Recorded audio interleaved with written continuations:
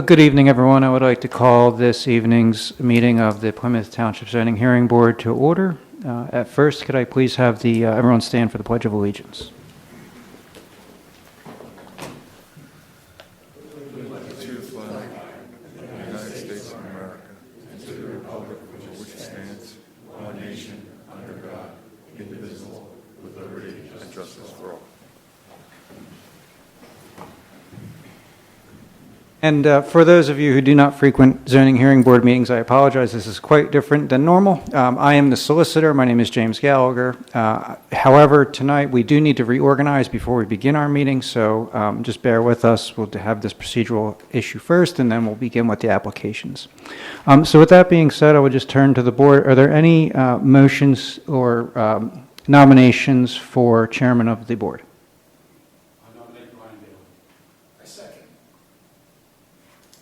Okay, with that, is there anyone in favor? In favor. Anyone opposed? Okay, then the motion carries, and I'll turn over the remainder of the meeting to Mr. Daly. Thank you, Mr. Solicitor. I appreciate that. Thank you all. I'd like to nominate Dominic Caprilli for Vice Chair. I second that. We should have a vote. Anyone opposed? Or all in favor? In favor. All right, thank you. And we also do need to appoint a secretary. Are there any motions for that office?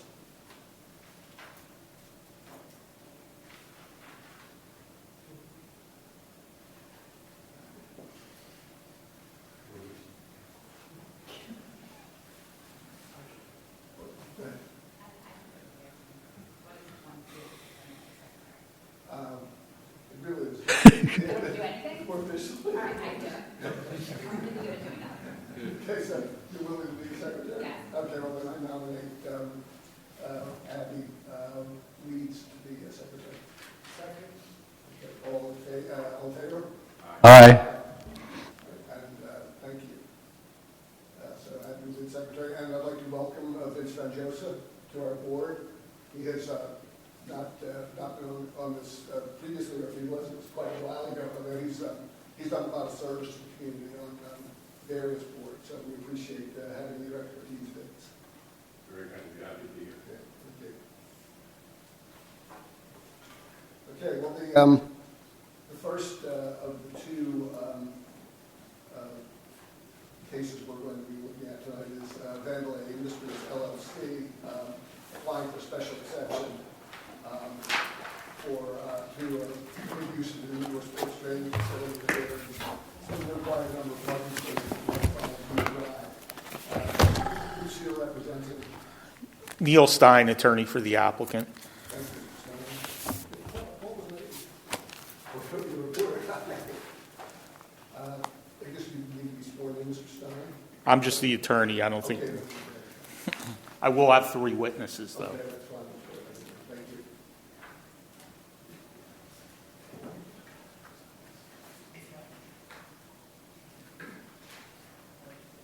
Can everybody hear me okay like this, so I don't keep pushing the button? You don't have to hold it, Brian. What's that? You don't I have know, to. okay. If the light's green, It's okay. it's okay.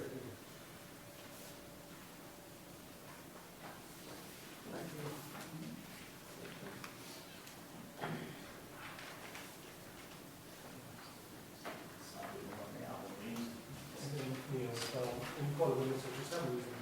Okay, sure.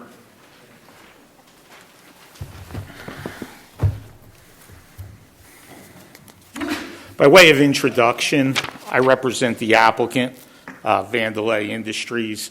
This property is located at 105 Lee Drive in a limited industrial district. It's presently vacant. The area is principally industrial in nature, although there are 2 hotels nearby, the Extended Stay and the Homewood Suites. The proposal before you this evening is for an indoor sports training facility consisting of approximately 80,000 square feet. You'll hear from the operator this evening about the operations that will occur there. We will require a parking variance, not so much for the day-to-day operation, but for when there are tournaments in the area. And a couple of the exhibits that I've handed out it involve letters from the area hotels that are willing to provide parking because, quite frankly, they'll be benefiting from those who come from out of town and need someplace to stay in the area for tournaments. In addition, there's a minor variance required for building coverage, 40.1%, where 33% is the maximum. You'll hear that the property's somewhat unusual by virtue of the fact it sits in the middle of a loop road, which has an impact on its shape and what it can be used for. So with that in mind, I'd like to call my first witness, Brian Mensch, who's the civil engineer for the project. Thank you, Mr. Bench. Sworn in. Raise your right hand. You solemnly swear or affirm that you have given this proceeding the truth, the whole truth, and nothing but the truth? I do. Just state and spell your name. Brian Munch. Last name is Moench. I have offices in 4000 Cars Creek Road, Plainfield, Indiana.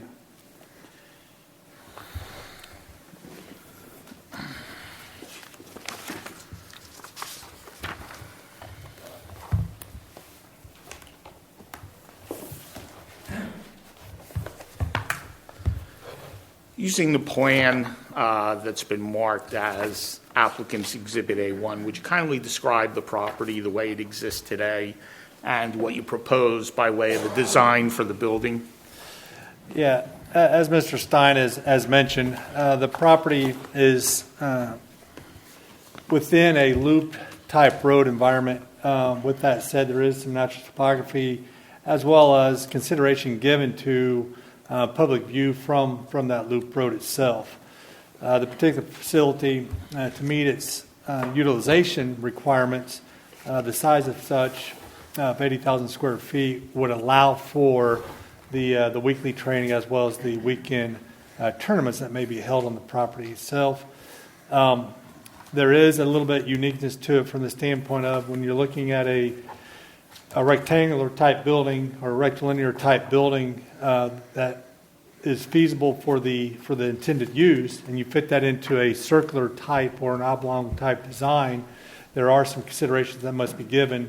Then you take in consideration items such as screening from the public view or the right-of-way, internal parking screening, and the foundation screenings. We present to you a site plan that takes all those considerations into one and present it as this use with the on-site parking for our weekly needs. And what access will be provided to the site?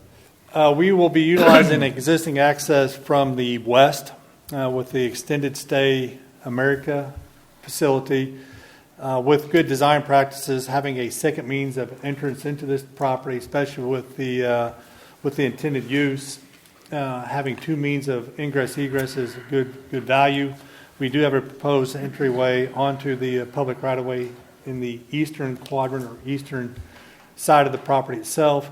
That's also very important from the standpoint of emergency access, that if you would have one access point, it would get blocked and or some kind of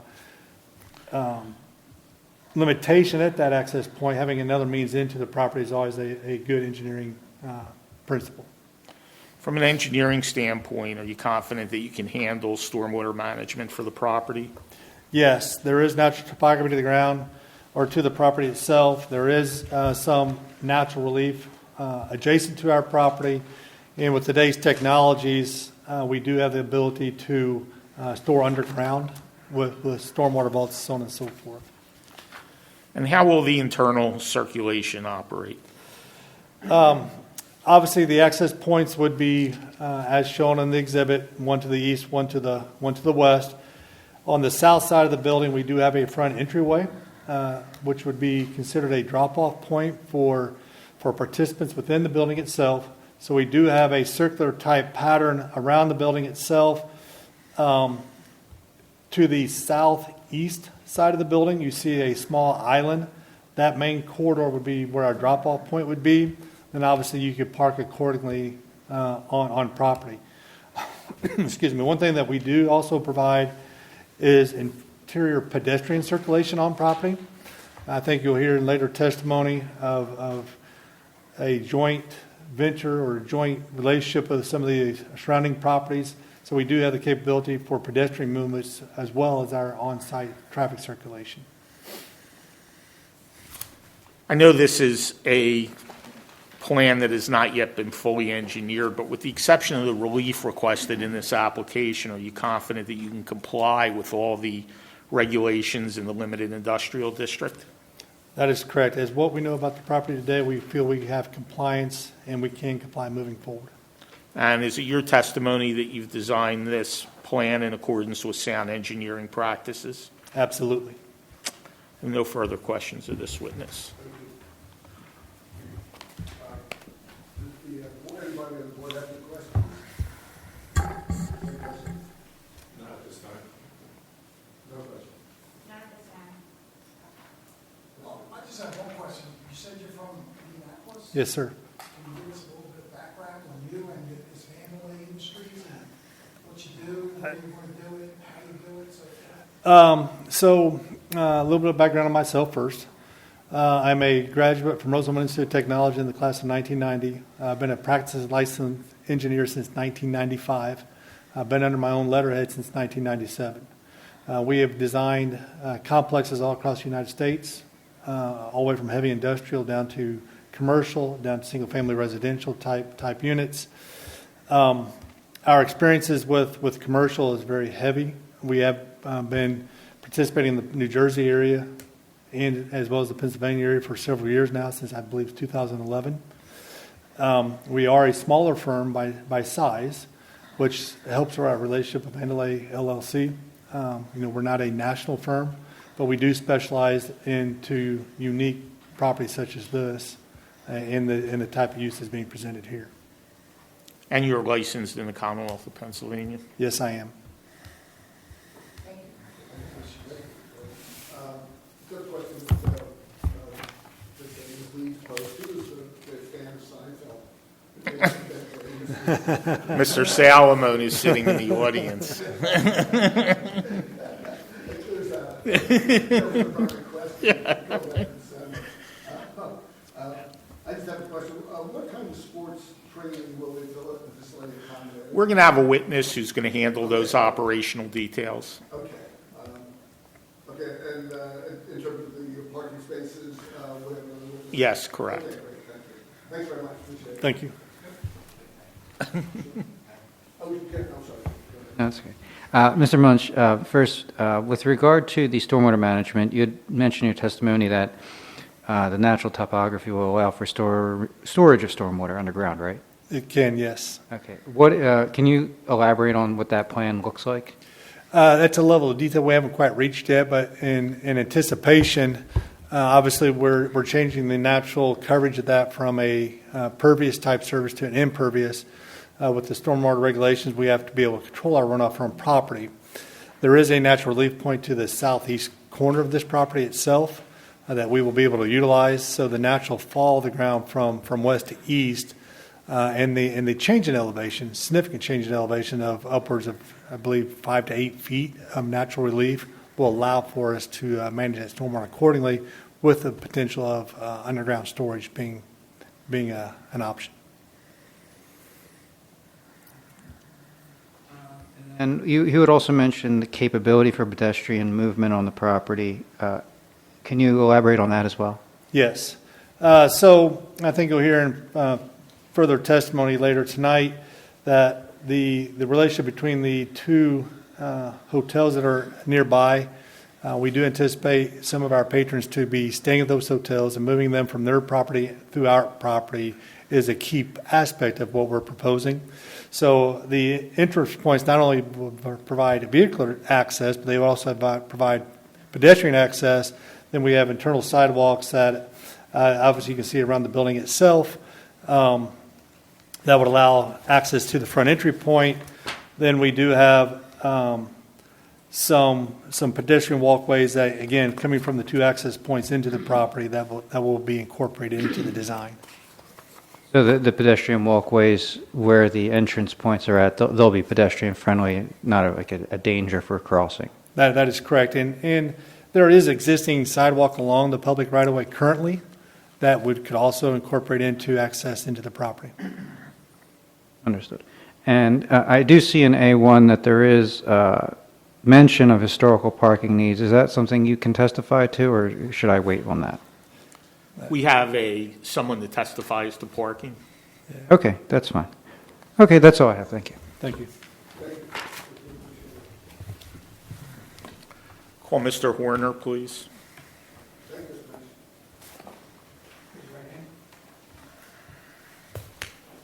Raise your right hand. You got to be sworn in. Do you solemnly swear or affirm testimony about to give in this proceeding is the truth, the whole truth, and nothing but the truth? I do. You state and swear your It's David Horner, H-O-R-N-E-R. These are not.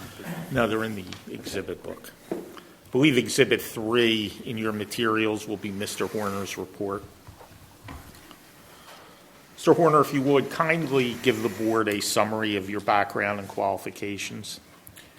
Sure. Again, my name is Dave Horner. I am a licensed professional engineer in the Commonwealth of Pennsylvania, as well as state of New Jersey and Florida. Graduated from University of Delaware in 1987.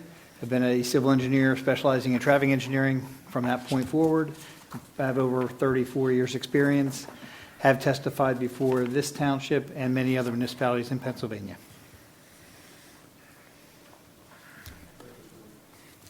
Mr. Horner, you've prepared a report in connection with this property, is that correct? That's correct. And can you describe the report in terms of the procedures you utilized and the conclusions you've reached? I can. So the report, which I believe is Exhibit 3, dated March 10th, 2025. The purpose of the report was to document the anticipated parking demands under really in two areas. One would be weekday, the kind of the regular usage parking demands, and then the weekend parking demands with tournaments. So in order to do that, what we did have extensive conversations with the applicant, Mr. Mensch included, and those involved in the project that have experience with these specific facilities that they've done in other areas. So with that information, we became very familiar with how the facility will operate in terms of the weekday and the weekend. So it's summarized in our report, but just generalizing, the weekday is primarily handling practices for youth teams. So on the weekday, they're local teams. Very much of the activity of the kids would be dropped off. Not many parents would stay. The coaches obviously stay and drive. So for that reason, the parking demands that we estimated for the weekday is about 48 spaces, and that's accounting for the fact that there's crossover periods where you have one practicing ending, another practice beginning, and there's a crossover of parking demands. So really, each practice is about 24 parking demand, and then 48 is the number of spaces. There's other courts in the, or other usages going on in the building at the same time. We made assumptions for those as well. The bottom line was for the weekday, at most, it would generate probably about 88 vehicles during the crossover times.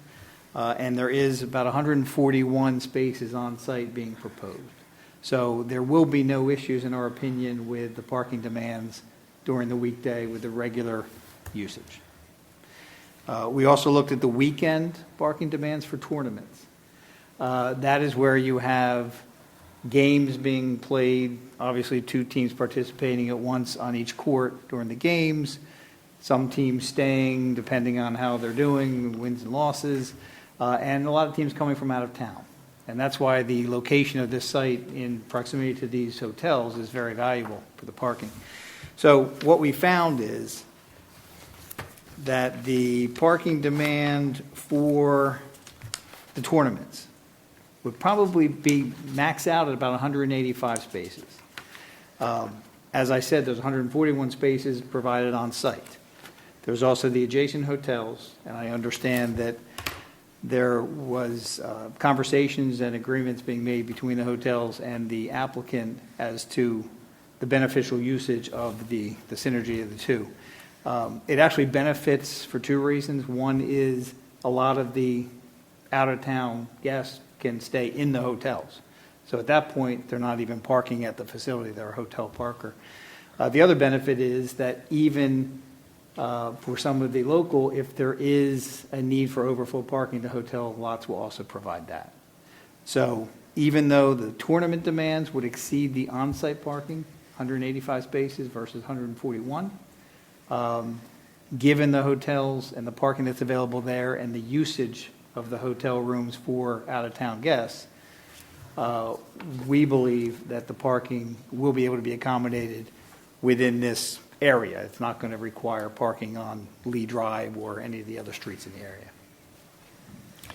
And based upon your analysis of the plan, would you conclude that from an access and internal circulation standpoint, the plan has been designed in accordance with sound transportation engineering practices?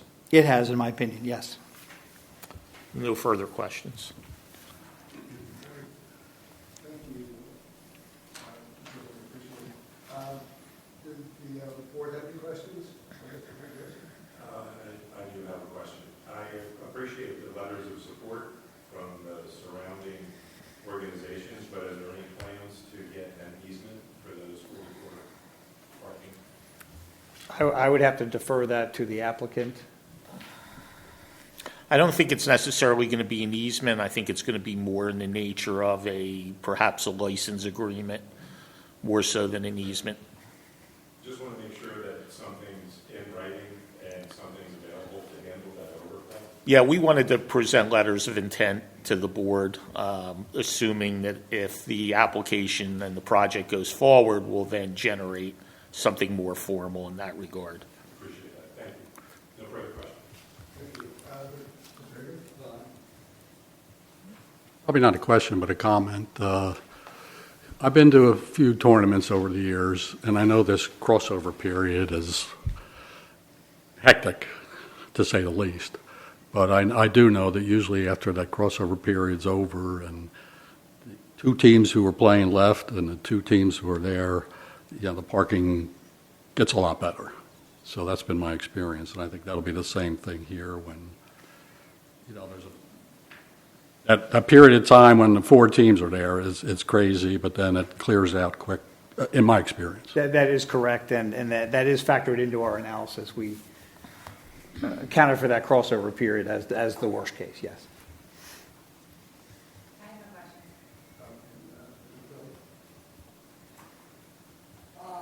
Yeah, I was going through this parking demand calculation worksheet.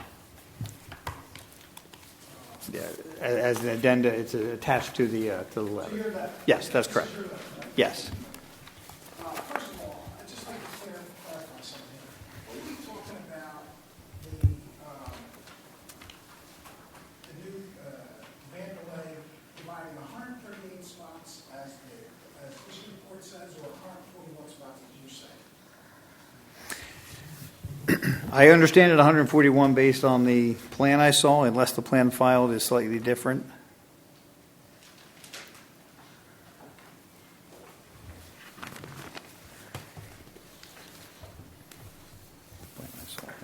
It's 135 plus 6 handicap for 141.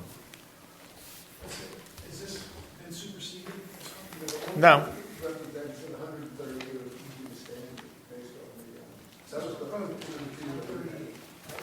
No, 141 was proposed. I think the material we have received shows site 138, because that'll be the standard for the number of parking spaces for 1,000. Lower left-hand corner. So what does this mean out here? Or proposed, 138, is that this thing, or am I reading something wrong? That's the requirement. Required spaces, proposed, required is 360 spaces. It says 138 proposed. Here it says 141. That's the confusion. Oh, okay, it's 141, that's a misprint. So what's wrong? What's right? I'm sorry. 141 is correct. Sorry about that. So this has to be correct, right?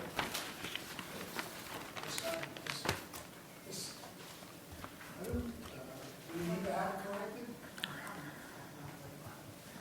Yeah, the chart on the bottom left corner shows the 135 plus 6. And I'm looking at something different. This was a mid-year when we were working on the web show. I'm sorry, but that's basically, get those things proposed, but it actually needs, I think that it needs requirement. You're right, I think it does misrepresent it. We'll make sure that's corrected. 360, is that right? That's the requirement. 360, so required is 360, that's up. What's that, 138 is a mistake. It's correct down here, it's wrong up there. We'll make sure that's corrected and the record supplemented with a revised plan. So how many are we talking about? Because you're actually asking for 141 around That's right, the facility, is that correct? that's right. Okay. So in the order 360 when it comes to those are accurate. So this worksheet has a lot of assumptions, but you have any great assumptions, or is it just, we assume 25% of this, and we assume 75% of that? What's the basis of your assumptions? The basis of the assumption was the extensive conversations I had with the applicants' representatives based on their experiences in running similar facilities and similar tournaments and their involvement in them. So we had a lot of conversations, like I said, about every aspect of how it's run. For example, what is the carpool experience for tournaments? What's the carpool experience for practices? And then at every turn, we went on the conservative side of the assumption. In other words, if they said, hey, everyone drops off kids for practice, we assumed, okay, 90%. There's going to be a couple that don't. So at every point, we made the assumptions a little bit more conservative than maybe their experience, but this is all based on the experience of running these facilities from the applicant. Okay, and the 1.3 assumption, is that the number of cars for the number of players? That is actually what you're referring to for everyone's benefit is when we're talking about the weekend tournaments.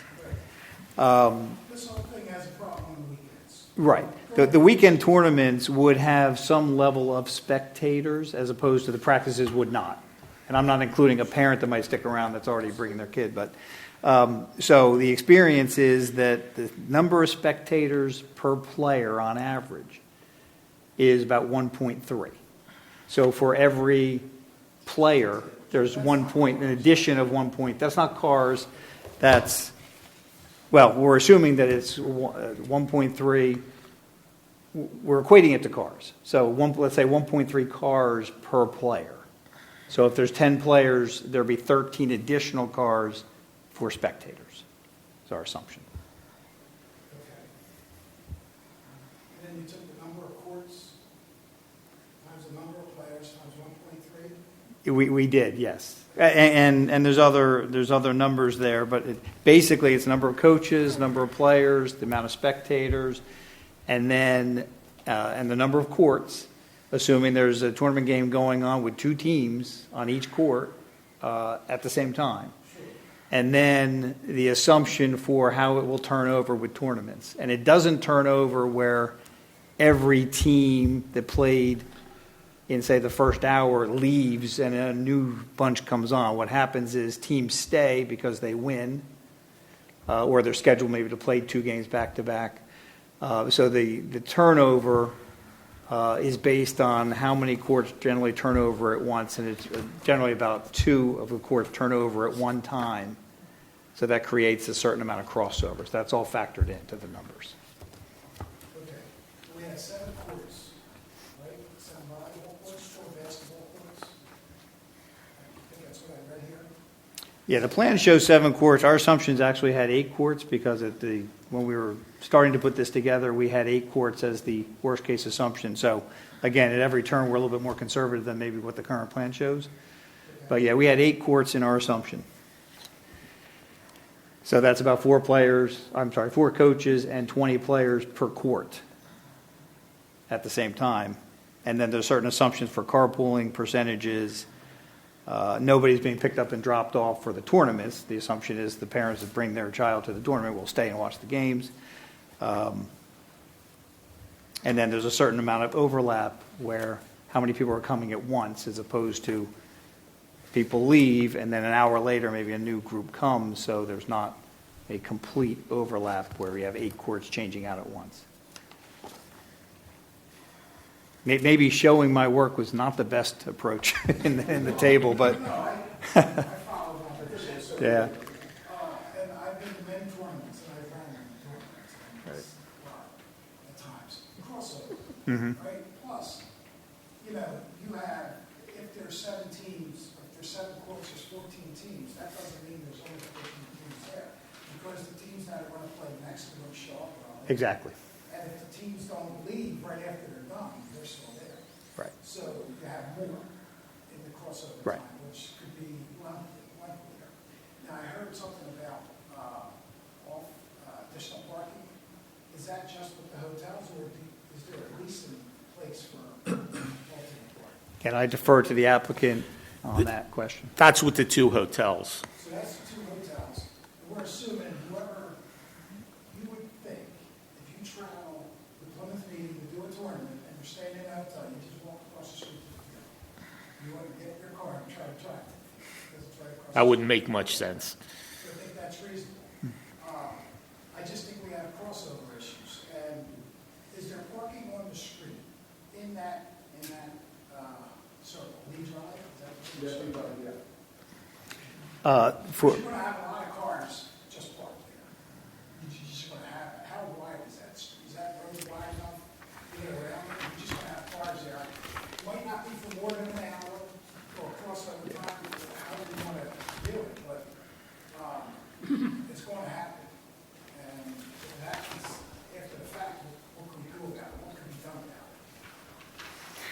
about it? Well, number one, we didn't factor in or an assumption that there would be street parking. Now, I can't say whether anyone would do it or wouldn't do it, but we believe that between the parking on site and the parking in the hotel lots, there's sufficient parking where nobody needs to park on the street. So that's number one. In terms of whether it happens and whether that needs to be an enforcement consideration, I'd leave that up to the township and whether they feel I've like, seen it be enforced. right, several times. right. Neighbors are not friendly to the parking. Sure. But again, it's not, it's not intended here. We didn't factor in, oh, there'll be a certain percentage of on-street, so we're okay. No, we didn't assume that at all, because our goal was to say, okay, will this facility be able to handle its parking with the hotels? We understand we need the hotels for those tournaments, and the answer is yes, in my opinion. Okay, and the assumption on the hotel parking is that strictly if the people are staying there, they're not going to move their cars, so that there doesn't be anything in writing between the venue owner and the hotel because people are staying in the hotel?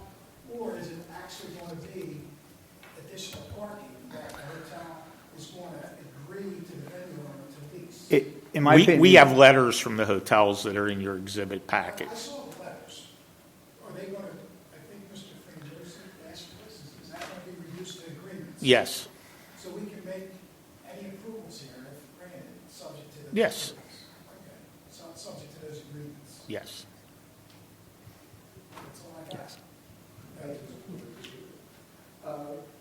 One question, are you willing to work with the township to make sure that there's sort of safe walkways put in across the streets, like that sort of, marked?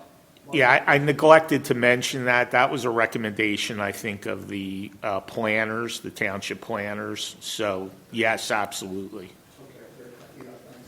Thanks. One sort of business question, I guess. But which kinds of teams do you anticipate using the facilities, and how will you promote the existence? Is the intent to make it like there's a sports facility out in Lancaster, but I know a lot of people go to St. Paul, but traveling teams from North Penn and so on. I think my next witness can answer all of those questions. Yeah, thanks. And, Mr. Gallagher. Yes, thank you, Mr. Chairman. So I understand that you might not be able to answer the question but at the very least, your report, that's the addendum, the worksheet to Exhibit 3, these numbers, are these all based on the information that was reported to you from the applicant? Like, for instance, let me use an example. In the tournament, under per court players, it says 20 for basketball, volleyball. Is that a number that you derived, or was that provided by the applicant? That was provided by the applicant. Okay, so all of these numbers are subject to the applicant's information and could be changed.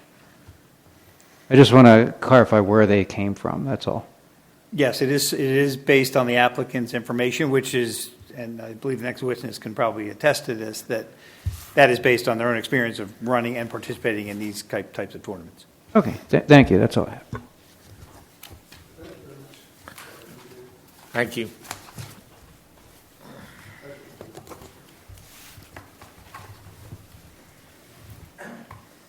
Raise your right hand. You solemnly swear affirm testimony about the evidence proceeding is the truth, the whole truth, and nothing but the truth. I do. And you can state and explain. Yes, my name is Chang Han, C-H-A-N-G, last name is Han, H-A-N.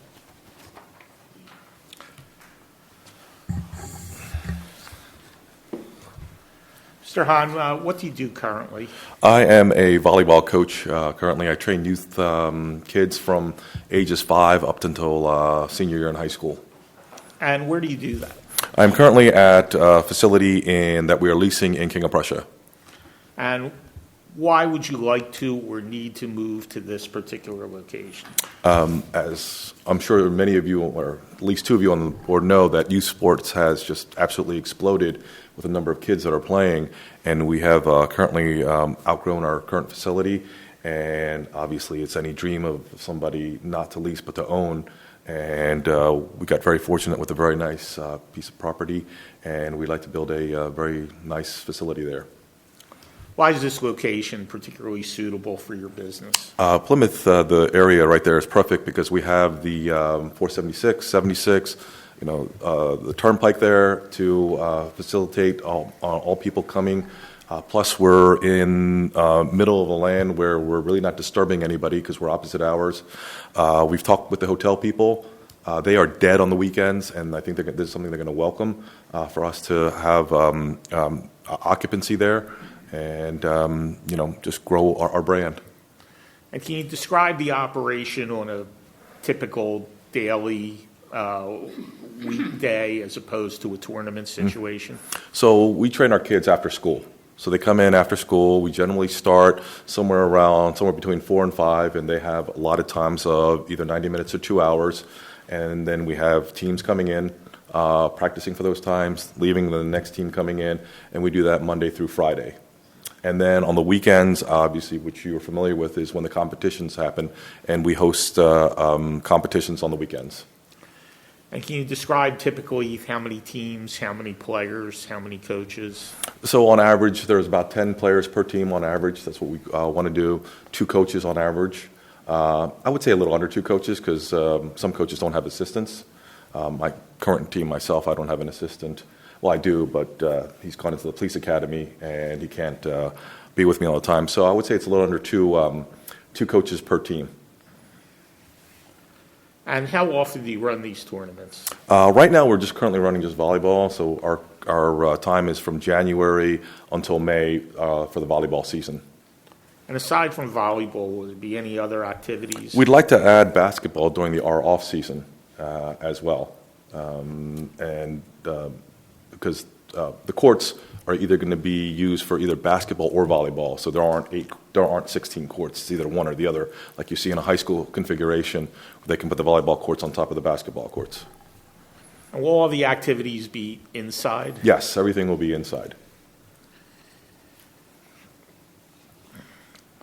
And how many employees will you have?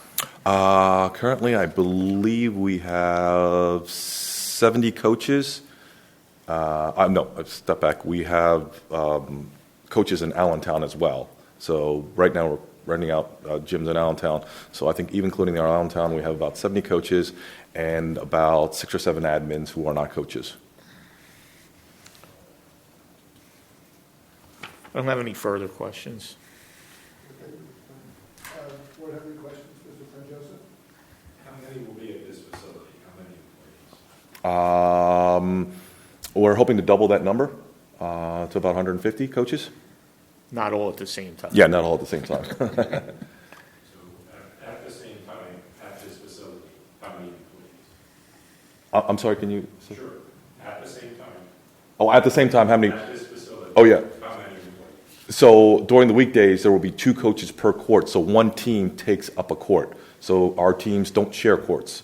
So you won't have 20 kids on a court with 4 coaches. So it'll be two coaches per court. We have 8 courts planned, so 16 coaches at a time. Okay, and you have 16 courts, or I'm sorry, you have 8 courts planned, not the 7 shown. We are planning on 8. 8, okay. Just to make sure we have Yep, that change in number. Now, there could be less courts being used, depending on, but maximum 8, maximum 8. And that's also maximum for cars, with the intention each coach is probably driving himself. Some coaches carpool, yes.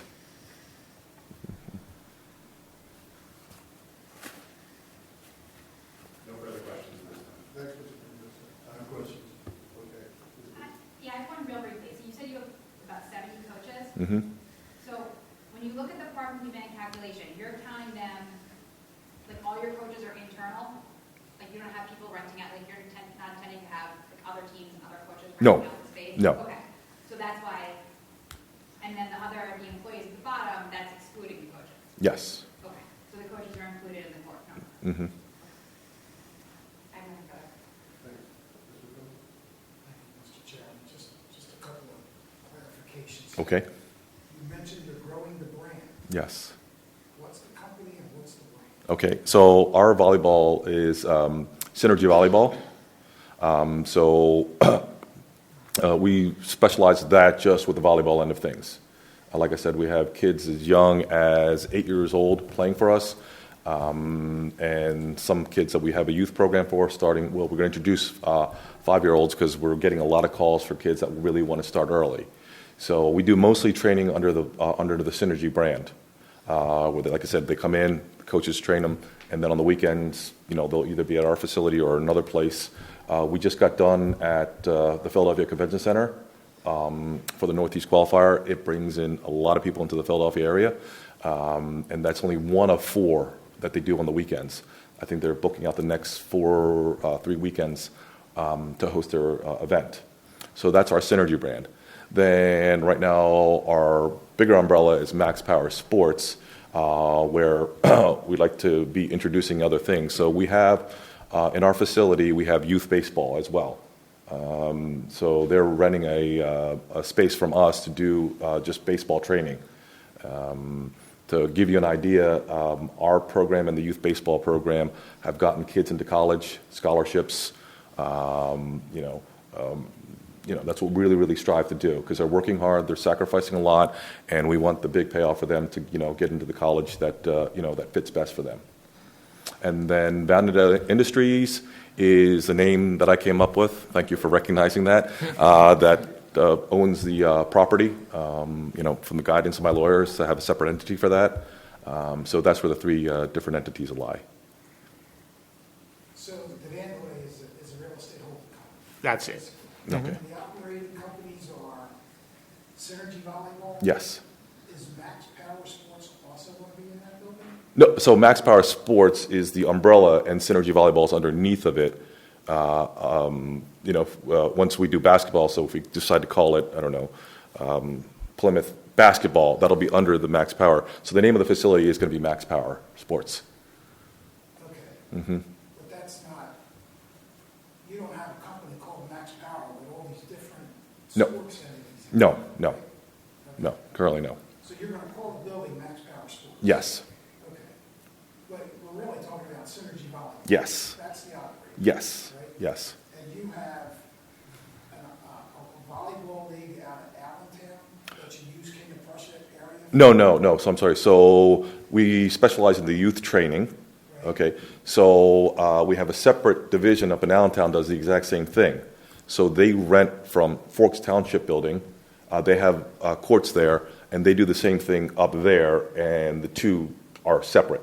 So Synergy Volleyball is in Allentown and in King of Prussia? Yes. Okay. Mm-hmm. When you move into this building, King of Prussia is moving into this building? Yes. correct? Yes. What about Allentown? No, they're not moving in. So Allentown's staying in Allentown? Yes, yes. We've signed a lease for another building up in Allentown, so they will have their own separate facility. So Allentown is not coming down here at all.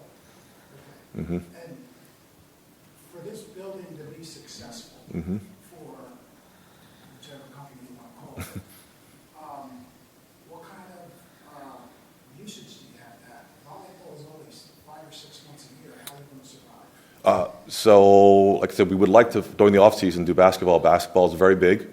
And during the off times, I've gotten so many calls for pickleball. So anything indoor related, we feel that we can fill that with, especially, like I said, I get calls all the time for other sports, basketball, soccer. Like I said, youth sport is very, very big. So we feel very confident that we'll be able to do that. And I agree with what you're saying. I'm just more concerned about does the demand for parking change as you go from a volleyball where there's 5 people on each court, on each side? 10 people on average. On, That's both teams? yeah, yep. Okay, then soccer, it depends if you're playing in 8v8, Yep. or, I don't know, what size can these courts do? Or do you have to turn the court around and do it? Probably have to turn the court around and there'd be less space on there. Less space, so that would be less of an impact. Yes. For soccer. Yes. And then, how about basketball? Basketball generally, as you know, is about 10 kids per court. 10 kids per team. So it's almost, you can almost translate what we do in volleyball to basketball. Now, how about some of your other aspirations or potential pickleball? I don't know much about pickleball, I guess I should. So what we would do is again, when we're not busy, take the courts that are not being used for volleyball or basketball and put the lines in for pickleball as well. And How does that impact the parking? Because that's the big issue. Right? so the other courts won't be used. They won't be used. And then that would be pickleball. And you have, 4 people on a court for pickleball? 4. Yeah, 2 on 2 at most. So you have 4 people on. No questions. All right, thank you. How late in the evening will you see activity going on? 10 o'clock. We cut our things off at 10 o'clock. And that's usually the older kids that we put at the later slots so they can get home. The younger kids get done as early as 6:30 or 6. And you're still not absolutely certain if all the sports are going to be accommodated, right? You could do badminton, I saw. Yes. Baseball, I heard say, would you be able to reconfigure? Yes, the court, yes. add a cage, Yes, and yes, everything? yeah. hmm Okay, so it's relatively flexible. Yes, that's what we would like to do, yep. hmm Okay. And would there be team coaches attending these as well as your own coaches? In other words, would the teams of kids have their individual coaches? For tournaments? Or Yeah, for tournaments. practice? For practices, it'll be just us. We will, like I said, we won't have outside teams at our facility practicing. Okay. So it'll be just our coaches. Okay, okay, but coaching in the sense of their training? Yes, yes. They're not coaching teams, strictly speaking. But if there were teams from, I don't know, like a travel team from Plymouth, which would have its own coach? Oh, yes. So if they wanted to rent time here and there, obviously, it'd be just strictly a rental if that court is available. Otherwise, it would be individual kids or groups of kids? Yes. Training with your coach? Yes. It's sort of the way they do it in gymnastics? Yes. Okay, thanks. I don't have any further questions. Mr. Younger? Thank you, Mr. Chairman. So in looking at all these sports in your testimony, it sounds like you're pretty flexible on the types of sports that can be played. Are there any policy restrictions that you'll have on team sizes? Like, for instance, basketball, it could be 12, it could be 15, volleyball, it could be 14. If you were to, say, use hockey, you could have 3 lines and a goalie, a backup goalie, that could be 17. So is there anything that says that it will be definitively no team can be more than X number of players? So for the people who understand youth sports, the biggest complaints are from the parents and not getting playing time. Yes. So we limit the amount of kids that can be on a team. All right. And basically, it's generally we don't like doing it, but 12, around 12 is a good number because I can do 6-on-6. Same with basketball. But once you start getting into the numbers, 15 plus, you just can't get kids playing time. And as much as I love, volleyball and sports and all that, it's also a business too, and parents are not going to come back if their kids are not playing. All right, so we make it very clear to the coaches that that are selecting these teams, there can only be so many on a team, just from that standpoint. So it's also business motivated then? Yes. Okay, that makes sense. And also, I don't have to field a million complaints. So there'll be travel teams then, I assume? Yes. Is there any plan for buses then? So a travel team utilizing a bus if they're... That happens, yes. There are buses. Like, to give you an idea, my team, we were up in Boston a couple weeks ago. I rented a van, and I had 12 girls in a van and parents with me, and we drove all the way up to Boston doing that. We're going to Puerto Rico this weekend for a big tournament. I have a van for that for the players as well. So, yes, there's a lot of busing going on. You do see a lot of vans. And it's sometimes just a lot easier just getting in a van and just doing it that way. With that being said, and perhaps this might require recalling a witness, but if you know, that would be perfect. Where do you intend for the buses to park, or vans? Well, vans would fit into a normal space. As far as a bus goes, you're talking about, again, like I said, 10 kids on average per team. So only one van would be necessary. That would fit in a regular space. So as far as a school bus goes, we don't anticipate any school buses. And as long as I've been doing this, we don't have, I've never seen school buses at other facilities. And the facility that you mentioned out in Lancaster, Spokane, I've never seen a bus there either. Okay, so just to clarify, you would intend vans, but not school buses, Not school buses, Greyhound no. buses? No. Okay, all right, Yep. just to clarify that. Then I don't have any other questions, thank you. Okay, great. Any other questions from the board? Just got one follow-up to his question. On your roster sign-up sheets, Yes. you have travel teams, right? Yes. So they have their own coach and their own team, Yes. right? You're joining your league. Yes. How many players are they allowed to roster in your league? There, as far as our governing body goes, there technically is no maximum. As far as the governing body goes, as far as I know, but just from experience, nobody, like I said, they try to stay between 10 and 12 kids. Okay,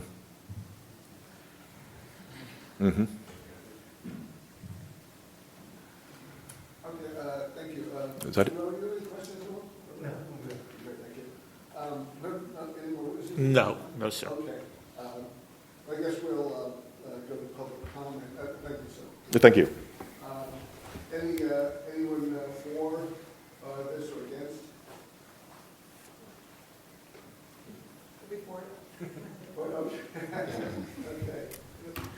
Okay. Do you have any public comment, or are you just generally for it? You have to come forward.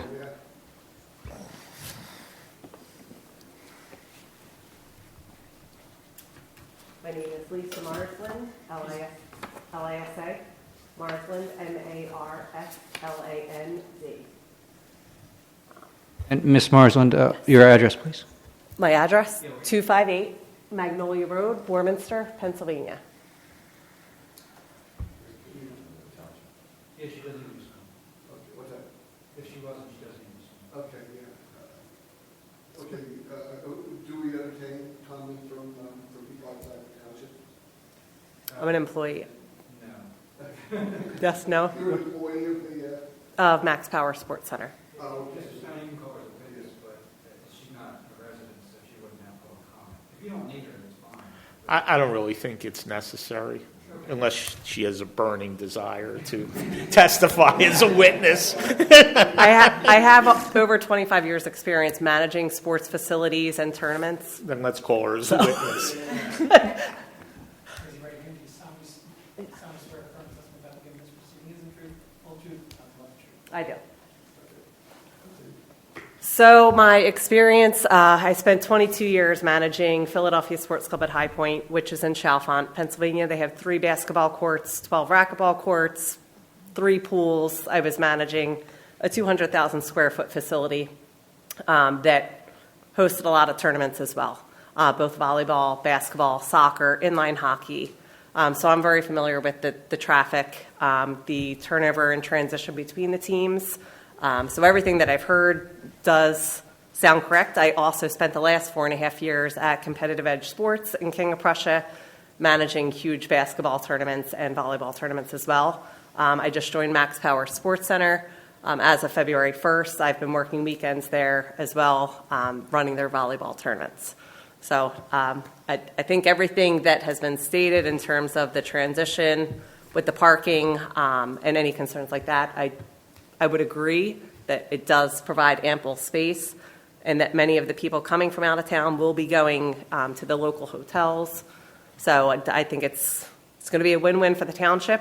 I think there's going to be a lot of money that comes in with the restaurants, the shopping, because people are here overnight for some of these tournaments.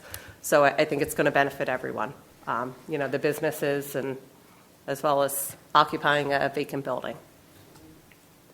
Thank you. Any questions from the board? Not at this time. No. Yes. Do you see anybody parking in the ring road? Any turnovers? You said you see it, experienced it? In the Ring Road? The road, No, not with the amount of spaces that they're talking about in addition to the adjacent hotels. I wouldn't. I think people are going to want to park as close as possible. You don't see that. No, correct. Yeah, I think they'll need the adjacent hotels with the amount of people that are coming for the parking. So, yep. I have a question. No, thank you. Yep. Any further public comment? Seeing none, do we have a motion on this request? I'd like to move admission of my exhibits. There is a little amendment. Yeah, with the correction. Yeah, right, 8 courts, not 7. Do we have a motion from the board? Make a motion to accept the exhibits after they're corrected. Okay, and a motion on the request?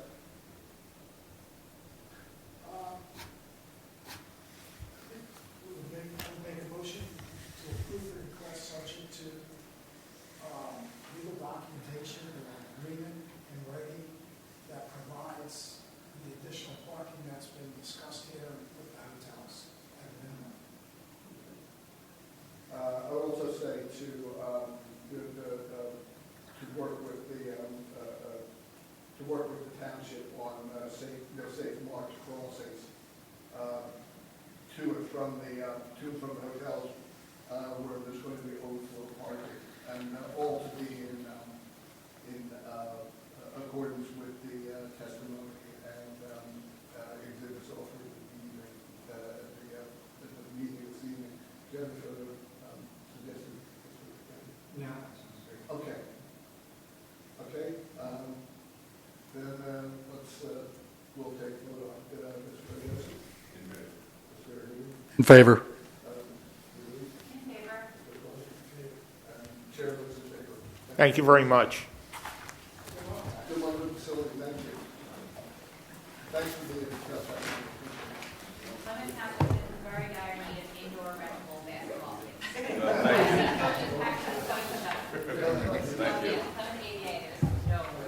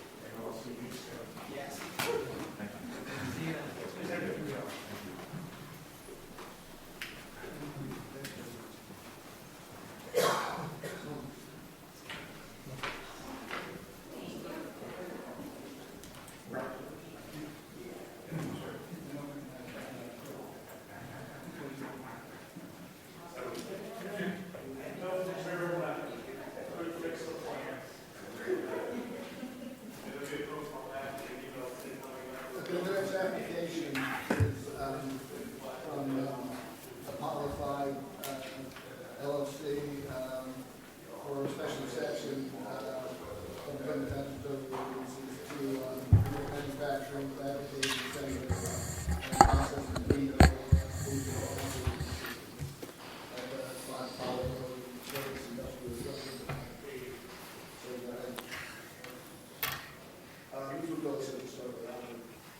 food, Good evening. My name's Ed Hughes. I'm an attorney from Plymouth Meeting with offices on Germantown Pike. I'm here representing the applicant Apollo 5 LLC with regard to this request for a special exception, which, as the board knows, is a permitted use provided we meet the requirements for that. A brief summary, and I did hand out an exhibit package, exhibits A1 through A7. I'd like to have them recognized. So Apollo 5 LLC seeks a special exception under Section 2500B4 so that its tenant, Window Masters Clearline Inc. and Window Master International A/S, can occupy 9,512 square feet of a 31,000 square foot building on 3.32 acres at 5 Apollo Road in the township's campus industrial district. Window Masters will occupy 5,000 square feet for office space and 4,512 square feet for manufacturing, assembly, and processing of window operating systems. Window operating systems allow the adjustment of fresh air and CO2 levels in the building remotely. Representative customers are glazing and window contractors for schools, offices, and other buildings seeking LEED certifications.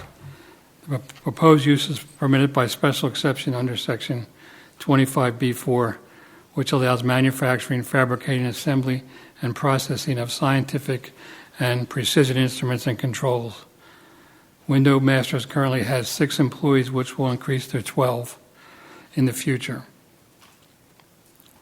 Hours of operation will be 8 to 6 Monday through Friday and 8 to noon on Saturday. Window Masters currently is located in North Wales near the train station in a 3,000 to 4,000 square foot facility. It has not received any complaints or violation notices regarding its operations at that facility, and those operations will continue at 5 Apollo Road in the larger facility. Can you just repeat that address? I'm sorry. The address of the property? The one that's operating in there. I don't have that address, but my witness will give that.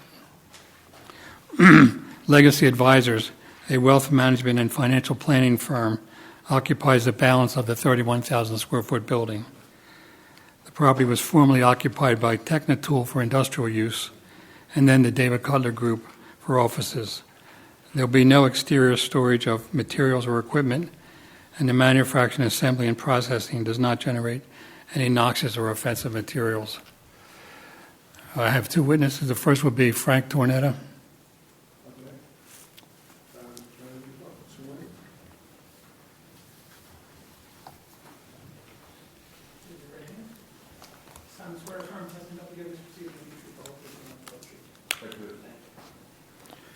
And just very briefly on the exhibit package, we have Exhibit 1 is the deed for the property, showing ownership by 5 Apollo LLC. Exhibit 2 is the Board of Assessments property records for the property. A3 is a redacted copy of the lease that Window Masters currently signed with the owner. A4 is a Google aerial of the site and property in question. A5 is a site plan of the property in question. A6 is a photograph of the existing building. It was substantially renovated by David Cutler. And A7 is a floor plan showing the location of the 95,1,200 square feet that Window Masters will occupy in this large building.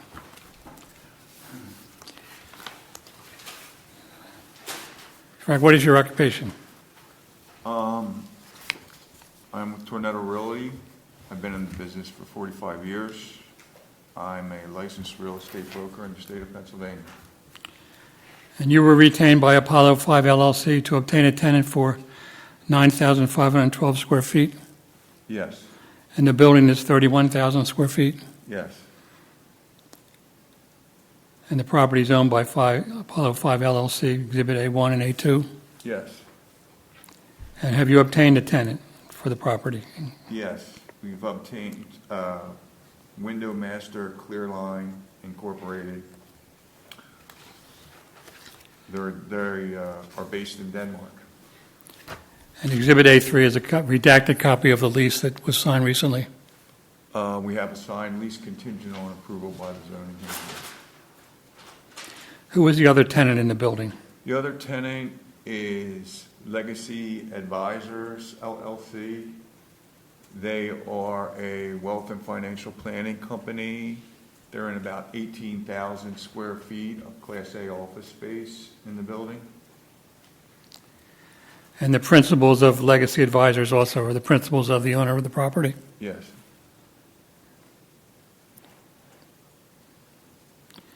And the property zoned is in the Campus Industrial Zoning District? yes it is. It's also part of the Valley Square office. Valley Square office campus, yes. And manufacturing, fabricating, assembly, and processing of precision instruments and controls and electronic components are permitted by special exception in that district. Yes it is. And the property sits on a 3.32 acre lot, Yes, and there's 120 parking spaces plus or minus on the lot. yes, And the property was formerly occupied by Technitool for an industrial use. yes. And then who was the next tenant in there, or owner? The Cutler Group owned it. They were the next occupant after Technitool. And currently, as you mentioned, the majority of the building is leased to Legacy Advisors, a Yes. wealth management firm.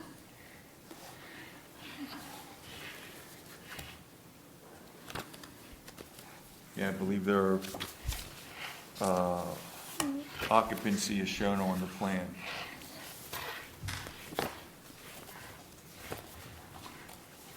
And Exhibit A4 is a Google aerial of the property in question. Shows the building and the parking area. Yes, A4. it's a one-story building. Has 22-foot ceilings, clear height. It's fully air-conditioned. Safe to say that David Cutler did a pretty upscale job on fitting out the office portion. Absolutely, And absolutely. It's ultra-modern office space. A5 is site plan of subject property, but it shows the parking. Yes, it is. It has access off of Apollo Road, Yes, which then accesses onto Walton Road. yes.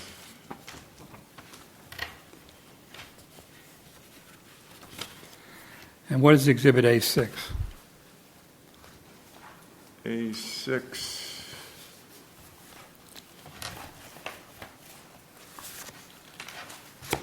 That is a aerial view of the building. The building also has, which is an interesting feature, it has a center courtyard. And that's where occupants can take a break or have their lunch. And what's Exhibit A7? That is Exhibit A7. Yes. This is showing the pink area is the office space for the proposed occupant, Window Master Clearline, and the blue area is their light manufacturing area. The green area shows there's 2 drive-in doors in the garage. And then the lighter green area is the courtyard, and the dark green area is the area where Legacy Advisors is located. And that's only a partial picture of the floor plan. It's not the entire building floor plan. That's correct. There's a lot more. This is just a partial cutaway. There's probably another 9,000 feet that would be included in the legacy section. Is that here? Right, and that's shown in the bottom corner of that plan. They have a beautiful multi-story entranceway, which is very nice. And the sign lease has a permitted use under the lease?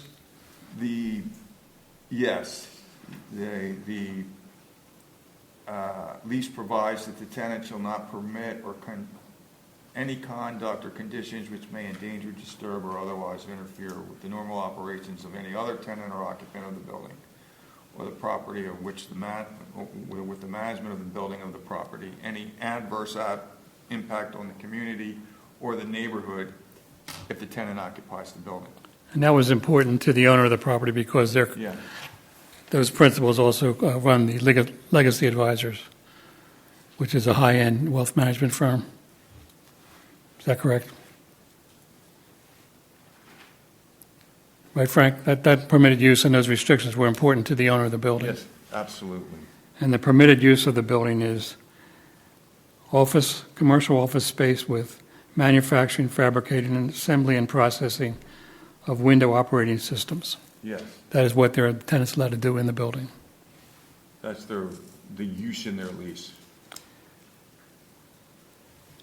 And your opinion is the tenant's use of the building in character with the campus industrial park, Absolutely. will the use of the building have any adverse impact on the neighborhood? None at all. Thank you. The tenant selected this building because of the Class A nature of the building. Thank you, Mr. President. Do you have any questions, Mr. President, Mr. Francesa? Questions surrounding the number of employees. If I heard correctly, there's currently 6 and you're growing to 12. We'll have a witness to testify about, we have a window master's witness. That's fine. I'll wait. No question. I have no questions, sir. Just one question, Frank. Does the existing wealth management firm have any issues with manufacturing the new None. building? None. We've been through the whole Q&A with the tenant, and that we feel it's a very good match between the two. No more questions, thank you. I have two questions. Leading to that manufacturing process, that sort of thing, is that something you can answer, Mr. Janetta, with another witness? The other witness can answer that question. Okay, great. Thanks. Then I'll defer any questions. Mr. Gallagher? Thank you, Mr. Chairman. I think I just have two questions. One, you'd mentioned the Cutler Group also occupied the premises after Technitool. Yes. Do you know what their use of the property was by chance? It was as office space. Oh. It was the world headquarters of David Cutler, residential developer. And I apologize, you had testified to this, but I only have selected portions of the lease, so you might have to walk me through this again. I apologize. But you had mentioned some sort of restriction, and perhaps that is Article 6 of the use of the premises in the lease, but I only have about 3 or 4 pages of this. So you had testified something to the effect of not harming the community. Could you repeat that or elaborate on that for me? Again, I apologize, but I just want to get that down. Right. Well, everything that happens, and the other witness will testify to this point, but everything that happens in the building is inside. And really, it's a very benign operation for a building like this. I'm sorry, I just meant, you had said something about an actual written restriction, and I just wanted to... Yeah, so can I expand on our exhibits? I'll give you page 3 of the lease. Oh, Page that- 2 has all the rental terms, which we thought were sort of private. If that answers my question, please, absolutely. Mm-hmm. Yeah. Exhibit 110 is the definition of the tenant permitted use. Frank read. Oh, thank you. Yeah, I'll get you a copy of that. Thank you. I'll shoot it with you tomorrow. If you can make a copy. I'll get you a copy of it. That'd be great. Thank you. That'll become part of the record, part of Exhibit A. 3.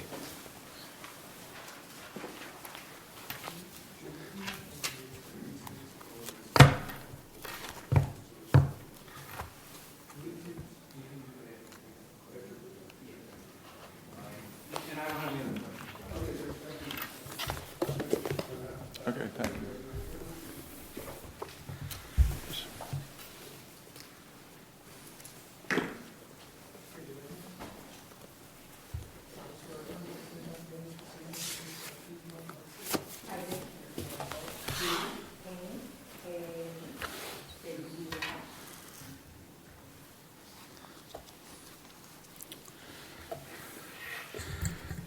And what is your occupation? I am the Assistant Controller of Windowmaster Clearline, Inc. How long have you been in that position or with the company? I've been with the company about 14 months. Okay. And do you agree with the description of the property, the building, and the nature of your business by Mr. Tornetta? Yes.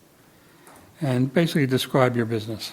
Sure. So we're in the natural ventilation business. And what that is we have actuators, which are motors that attach to a window and are controlled by software to open and close automatically on time of day or weather or something like that. So we're attached on office buildings, hospitals, schools to automatically open and close the window from a mobile device for natural ventilation. About how big is this activator? Actually, definitely with me. They're not big. But this is it. And it attaches via a clamp to a window. And it's wired in for the control system, which is software. And you can control it with a mobile device, pad, phone, tablet. What type of customers like to use that device? As I said, commercial customers, hospitals, schools. We did the PNC Bank in Pittsburgh. Any high rise that you see that, as you look up, you see louvered windows that, allow air above a certain floor for natural ventilation. And was this like a Denmark company? Yes. So Clearline started in 1969 I believe in North Wales. The facility we're at now is 810 Dickerson Road in North Wales. We're back by that North Wales train station. And then Windowmaster International out of Denmark bought Clearline in 2019.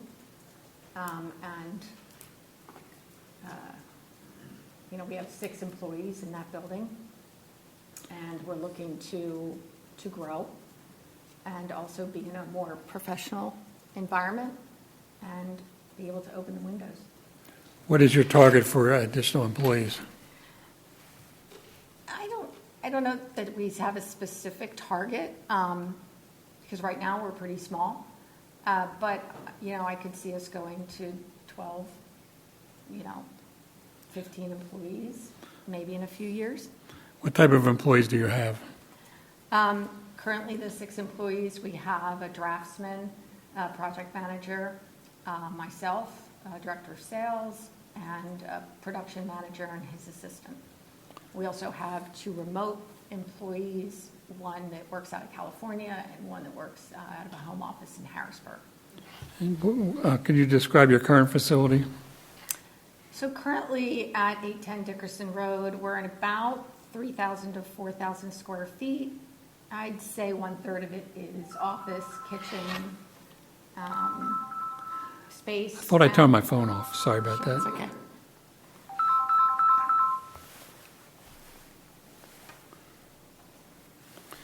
When are you coming home? Last on the agenda. So about 1/3 office space, about 2/3 production. And what's the nature of your production? What happens in the production process? So it's really assembly of these clamps to the actuators and then programming of the software and testing of the software. So it's really light assembly. And are things delivered to you on site? Yes. How does that happen? So we have a production facility in Germany, and they deliver to us maybe once every quarter by truck. Otherwise, we have components, I guess UPS every day, and then UPS out, or maybe a box truck. We have a Ready Refresh, water coming in, just for the office. How big is the truck that delivers stuff from Germany? I would say that's like a box truck, like a larger box truck. Not a tractor trailer or anything like that? I haven't seen that, no. And you propose hours of operation at 8 a.m. to 6 p.m. Monday through Friday? Yes, And that's set forth in the lease as well? yes. I believe they have Saturday hours defined as well. 8 to maybe. 8 to 12 in the Yeah. morning? There's rarely anybody there on the weekend, but sometimes somebody pops in. And you don't anticipate or propose or even allowed to have any exterior storage of materials or equipment? Correct. And your operation does not cause odor, dust, fumes, smoke, gas, vibration, or noise? Correct. And your operation does not constitute a public hazard by fire, explosion, or otherwise? Correct. And you've had no complaints at your current location? Correct. Do you believe that you would have any adverse impact on the other tenant in the building? No, Or how about in the neighborhood? no. Thank you. Okay, thank you. Any questions? Yes, thank you. Can you go into how manufacturing works? You already mentioned there's the 6 employees. They sounded more like they were office staff. So how are these devices assembled and by who? Right, so these are the actuators, and they come to us like this, and then we basically attach the clamps, install software, and test the software with the connections and make sure things work. And is it those same 6 staff who are doing that assembly? Just the 2 staff. The other, once the draftsman is drafting the plan for how many of these actuators are needed for the windows on the building, the project manager is coordinating the contractors and when they need things and payments and things. Yeah, sales is self-explanatory. So of the 6, only 2 are actually doing assembly. So 4 are office workers and 2 are assembly. Correct. So then when you move forward to 12 to 15 staff members, what's your ratio going to be office versus assembly? Yeah, I mean, I imagine the assembly might pick up, and maybe we would have a more even split of maybe 6 and 6, something like that. And it seems that the parking is more than ample Correct. for this usage. Thank you. Appreciate the clarification. Yeah, actually, on the parking, it's 4.5 spaces per 1,000 square feet of office, which is previously all office. For the assembly, it's only 1 space for every 800 square feet, so it's less of a parking load.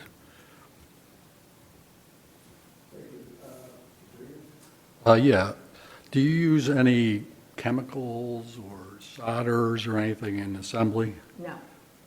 How do you put the pieces on that? Screw them on? Yeah, they're all screwed.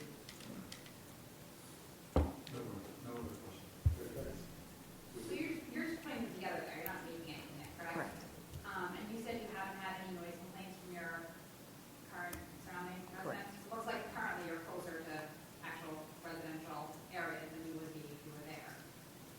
When you pull it up on the map, it looks like there are houses closer to you Yes, there are. currently than there would be Yeah. in this facility. And you said you get, so the raise, you just said quarterly? Yeah, from Germany quarterly. And then UPS, like outgoing, UPS comes almost every day. Are those quarterly deliveries during normal business hours? Correct. I have further questions. Thank you. Thank you, Mr. Chair.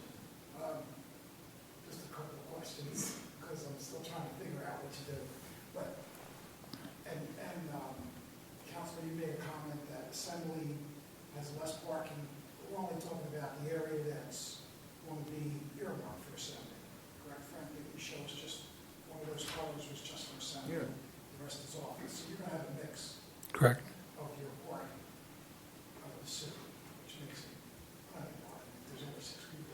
Of the 6 people, how many computers do you have? If you're programming these things, I would assume you have several computers. Yeah, we have one computer for every employee, and then maybe 2 additional computers out in the production facility. So two computers in the production facility is what you're using to program these guys, right? Yeah. And you're screwing things on, which takes a minute. How many units do you ship a day or produce a day? Ooh, we don't ship every day. Yeah, I don't have a good feel for, I'm thinking maybe 400 to 500 units a month. Monthly financials, right? So you should say the number of units. Yeah, the dollars. I pay attention more to dollars than to the units themselves. So is it a lot of units monthly? Like, is there a lot of activity here, or that's going to be on the come here because you're getting a bigger facility? No, yeah, we're hoping to increase. We're a small company right now. And you may not have heard, you said 400 to 500 Per month. per month. So is there a lot of warehouse space then used? A lot of space, if you're getting one delivery a quarter, you must be filling up your warehouse and then use it for the next 3 months.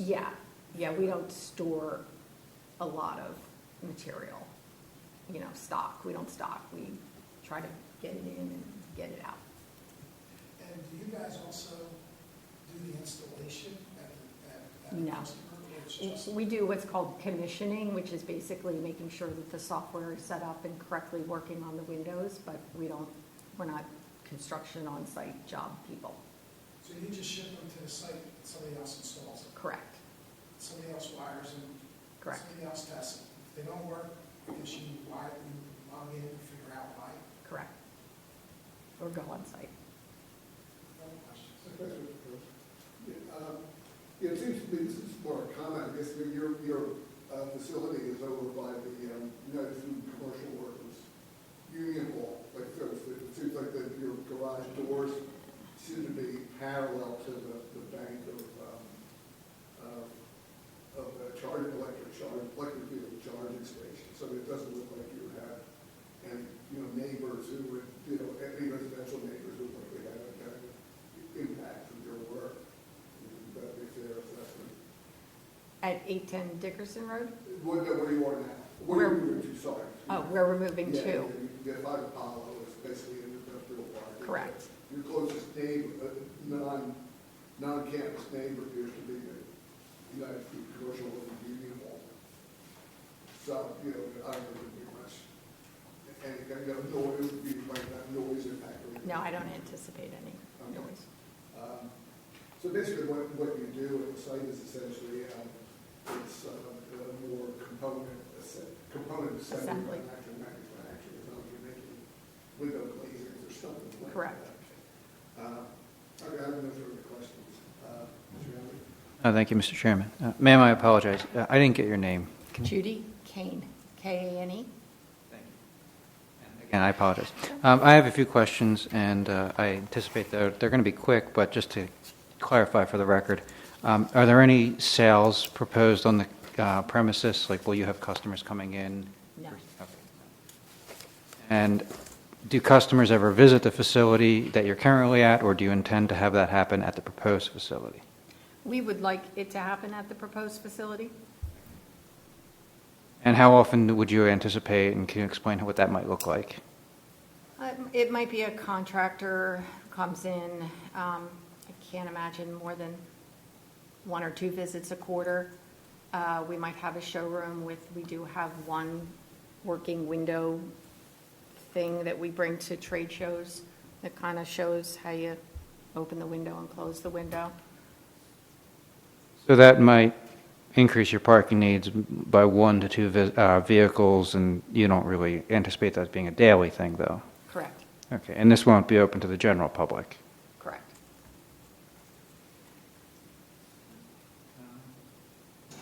This kind of goes in line with that, but your client interaction then is mostly phone, internet, somehow? Okay. Correct. And then lastly, I assume there's got to be some waste. It might not be excessive, but can you describe what that looks like and where it would be stored? Do you have like a dumpster, or how does that work? Yeah, we currently have a waste management dumpster. It's mostly cardboard box waste. And will you continue to use that when you move to the new facility? I'm assuming yes, unless there's another company that, you know, What I mean is, approved. you don't anticipate increasing your need? No. Okay, okay. And how often do you have the dumpster emptied, if you know? Once a week. Once a week. Okay, thank you.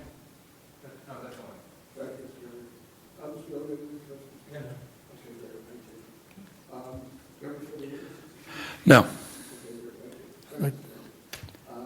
Do we have any public comment? For against? Okay, we'll see none. Wait, I feel like her hand's starting to come up. Oh, go ahead. I was just wondering if there's going to be any maximum limit of the amount of people or the manufacturing that's being done. And she said they wanted to double the amount of workers they have So, assembling.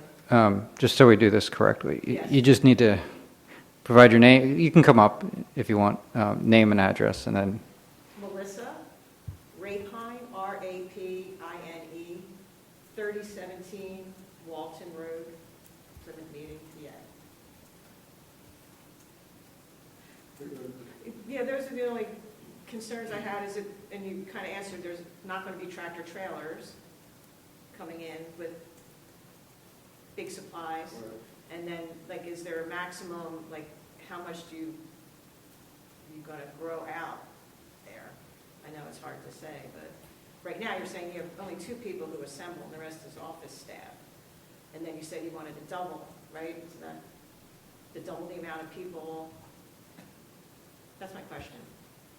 Yeah, I don't know. I mean, it's as long as Window Master is owned Clearline.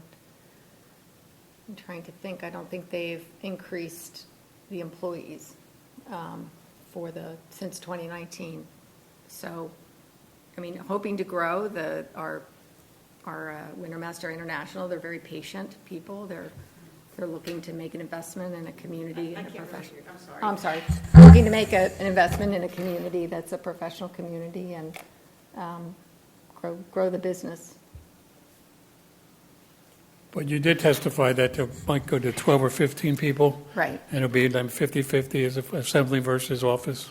Correct. So it'll be like 6 or 7 assembly people. Correct. And you only have so much space also, right? Right. Which is a limit on how many you could have. The people coming into the facility, if you do increase the staff, would generally tend to be individuals coming in their cars or Correct. pickup trucks or whatever people drive. It wouldn't be, some would be having tractor trailers coming in, Correct. Is that like you could deal with some components, be a box truck and things like that? Yeah. That answer your question? Yes, thank you. Okay, great. Do you have anything else? Hmm? Do you have anything else? No, I don't. Thank you. Any further questions from the public? I just have one follow-up question. So I want to confirm, there's no manufacturing, it's just assembly. Correct. Assembly at this point. Is there fabricating also? I don't. Changes besides, you have to change that gizmo. to Not. make it Yeah. work. Not to my knowledge. So, do we need an emotion to have manufacturing fabricated approved if it's not use? It's all the same subject. I think the same. I understand, but manufacturing is a whole different animal. It's machinery, it's different waste, it's a lot of people. Isn't that what's defined in the, I stole your code. Sorry, it's all in, Yeah. it's all in number 4. are you saying we want to limit it to fabricating as opposed to? Fabricating and assembly, that's what they do. That's what they're testifying to. Processing. Processing too. Well, processing is taking this software, and put it in the, however it goes, must be chipping. You don't anticipate any manufacturing, do you? I don't know. I wasn't. I wasn't briefed on any. I don't want to limit anything. And if that's the Do you code. anticipate any, Pardon? do you anticipate any manufacturing? I think it's got to be fairly broad. I mean, that's been. I think that's what we're getting. Isn't that what we're getting? Yeah, the problem is they'll say, well, what's that going to be? You know, we can't really explain what it is. Yeah. Right now, I'm saying, I'm looking to bifurcate that subsection versus just approving. I agree with what you're saying. I just don't know, and I wouldn't be doing it.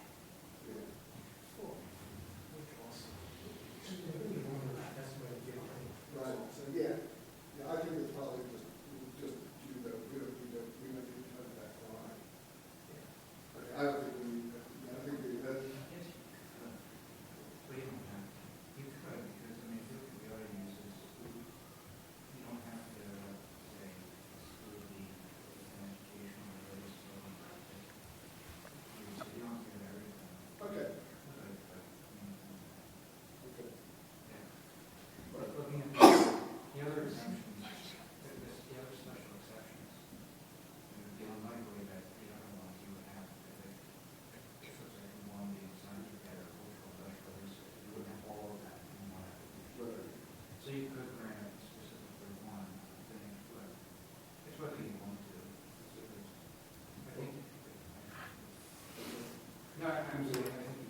Okay, okay, well, then we would grant it for fabricating the assembly process. Yeah, well, because the manufacturing occurs, it's a different animal. That's fine.